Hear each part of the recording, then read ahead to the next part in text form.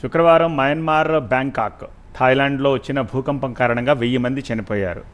So ఆ incident అలా ఉంచితే మన 2 తెలుగు రాష్ట్రాల్లో యూట్యూబ్ ఛానల్స్లో ఆర్ వేరియస్ సామాజిక మాధ్యమాలు మెటా లైక్ ఫేస్బుక్ ఇట్లాంటి వాటిల్లో ఇదిగో నేను చెప్పాను జరిగింది చూసారా, సో నేను ఇంకోటి చెప్తున్నాను అది జరుగుతుంది, ఇలాంటి మాటలు చెప్పి చాలా భయపెట్టారు. కాబట్టే అసలు ఇది ఎంతవరకు వాస్తవం, ఈ షడ్గ్రహ కూటమి కానీ లేకపోతే ఇవాళ సూర్యగ్రహణం కానీ లేకపోతే విశ్వావసు ఎలా ఉంటుందనే దానికి సంబంధించి వీటన్నిటికి సంబంధించి ఒక క్లారిటీ ఇచ్చే ప్రయత్నం చేయడంలో భాగంగానే ఈ పండితులందరినీ తీసుకొచ్చి ఈ అన్ని విషయాలని ప్రస్తావించడం జరిగింది. సో బై అండ్ లార్జ్ వీళ్ళు చెప్పిన దాన్ని బట్టి నాకు అర్థమైంది ఏంటంటే విశ్వావసు బాగానే ఉంటుంది, ఎవరు ఏమి భయపడక్కర్లేదు, ముఖ్యంగా మీనరాశి వాళ్ళు ఏమీ అఘాయిత్యాలకు పాల్పడాల్సిన అవసరం లేదు.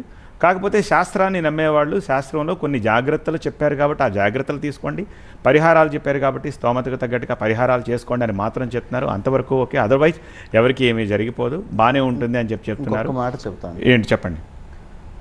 ఎవరు ఏది చెప్పినా వాళ్ళు చెప్పినందువలన జరగట్లేదు, శాస్త్రంలో ఉన్న దాని ప్రకారం జరుగుతోంది. శాస్త్రంలో ఉన్నదే కదా నేను కూడా చెబుతున్నాను అని ఆలోచనతో మాట్లాడితే శాస్త్రంలో చెప్పిన పరిమితులు కూడా పాటించవలసిన ధర్మం వారికి ఉంది. శాస్త్రాలు ఉన్నది ఎక్కడ చెప్తున్నారండి? నాకు నా పాయింట్ ఏంటంటే XYZ శాస్త్రంలో మీరు చెప్పింది శాస్త్రం అంటున్నారు కానీ శాస్త్రం చెప్పాలని ప్రయత్నం చేయట్లేదు. శాస్త్ర ప్రమాణం కూడా ఉండాలి కదా చెప్పినప్పుడు. ఇప్పుడు శాస్త్ర ప్రమాణం ఉంది అని చెప్పినా సరే అడిగితే చెప్పాలనే నియమం కూడా ఉంది. మరి యూట్యూబ్లో ఎవరు అడిగారని చెబుతున్నారండి? ఎవరు అడిగారని చెప్పట్లేదుగా, వాళ్ళకి అనిపించింది వాళ్ళు చెబుదామని వాళ్ళ ప్రచారం కోసం చెబుతున్నారు. సో ఆ యూట్యూబ్ వాళ్ళు అడిగారని చెప్పట్లేదా? యూట్యూబ్ వాళ్ళు ఎవరి గురించి అడిగారు? వాళ్ళ గురించి అడిగారా? వాళ్ళ గురించి చెప్పమని నష్టం లేదు. మిగతా సమాజం అంతా అడగకుండా నేను చెప్పేస్తాను అనడం ధర్మం కాదు.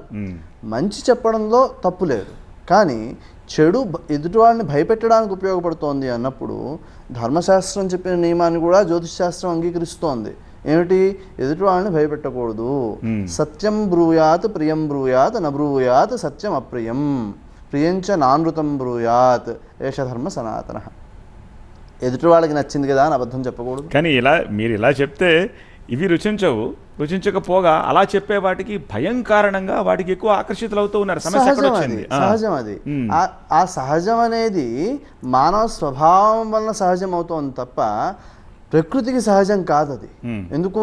ప్రకృతిలో ప్రత్యక్షం అయితేనే సహజం అవుతుంది. గ్రహణం వస్తే గ్రహణం ప్రత్యక్షంగా కనిపిస్తేనే దాని ప్రభావం నా మీద కనిపిస్తోంది కాబట్టి అని భయపడుతున్నారు. పక్షులు కూడా గ్రహణం పట్టిన సమయంలోనే కొంచెం కోలాహలం ఎక్కువ అవుతుంది వాటిలోను, కనిపించిన తర్వాత. అది వెళ్ళిపోయిన తర్వాత కోలాహలం లేదు, ముందర కోలాహలం లేదు. కానీ ఇది మానవ స్వభావం. ఏమిటి? ముందు ఆలోచిస్తాడు, తర్వాత ఆలోచిస్తాడు. ఇప్పుడు ఆలోచించేప్పుడు అప్పుడు అలా బాధపడ్డానే అని గతాన్ని గురించి ఆలోచిస్తాడు, రాబోయేది ఏ భయం ఉందో అని ఆలోచిస్తూ ఉంటాడు. దాన్ని ఆధారం చేసుకుంటారు కాబట్టే మానవ యొక్క స్వభావం కొంత ఆ లక్షణాన్ని కలిగి ఉంటుంది. కాబట్టే శాస్త్రంలో చెప్పిన నియమాన్ని అనుసరించి ఎదుటి వాళ్ళని భయపెట్టడం కోసం చెప్పే మాట కొంచెం ఒళ్ళు దగ్గర పెట్టుకుని మాట్లాడాలి అనే విషయం ఎవరికి వారు ఆలోచించుకోవాలి. అది విషయం. సో భయపడాల్సిన అవసరం లేదు, అంతా సవ్యంగానే ఉంటుంది. జాగ్రత్తలు తీసుకోవాలి, జాగ్రత్తలు చెప్పినప్పుడు ఆ జాగ్రత్తలు తీసుకోండి. పరిహారాలు ఏమైనా ఉంటే చిన్న చితగా చేసుకోండి. భయపడిపోయి బెంగపడిపోయి దానికోసం ఆరోగ్యాలు పాడు చేసుకోవాల్సిన అవసరం ఏమాత్రం లేదు అని చెప్పేసి పండితులంతా చెప్తున్నారు. చర్చలో